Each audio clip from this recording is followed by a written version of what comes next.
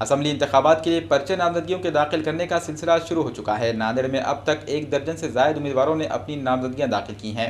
नामजदगी दाखिल करने के दूसरे दिन तक भी किसी कौमी या रियासती सतह की पार्टी से वाबस्ता उम्मीदवारों ने अपने फॉर्म दाखिल नहीं किए हैं। शिवसेना और बीजेपी के दरमियान इत्तेहाद को लेकर पाई जाने वाली गैर यकीनी सूरत हाल के पेश नज़र कांग्रेस ने भी तमाम इंतखाबी हलकों से अपने उम्मीदवारों के नामों का ऐलान नहीं किया, जिसकी वजह से कांग्रेस के टिकट से इंतखाब लड़ने की ख्वाहिश रखने वाले कई उम्मीदवार अपने नाम की मोहर लगने का दावा कर रहे हैं। नांदेड़ में 3 इंतखाबी हलकों से कांग्रेस ने अपने उम्मीदवारों के नामों का ऐलान कर दिया है।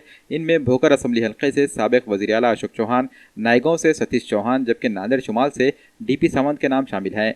वंचित बहुजन आघाड़ी ने भी अभी तक अपने उम्मीदवारों के नामों का ऐलान नहीं किया है। जहां तक एमआईएम का सवाल है तो मजलिस ने नांदेड़ शुमाल से पार्टी के मराठवाड़ा सदर फिरोज लाला के नाम का पहले ही ऐलान कर दिया था, लेकिन फिरोज लाला ने भी अभी तक अपनी इंतखाबी तशरीह मुहिम शुरू नहीं की है। तशरीह मुहिम में फिरोज लाला की खामोश मिजाजी पर भी सवालात उठने लगे हैं। शिवसेना और बीजेपी के खैमों से भी कई उम्मीदवार अपनी किस्मत आजमाने की तैयारी में हैं। कांग्रेस और बीजेपी के बागी उम्मीदवारों के भी मैदान में आने के इम्कानात हैं।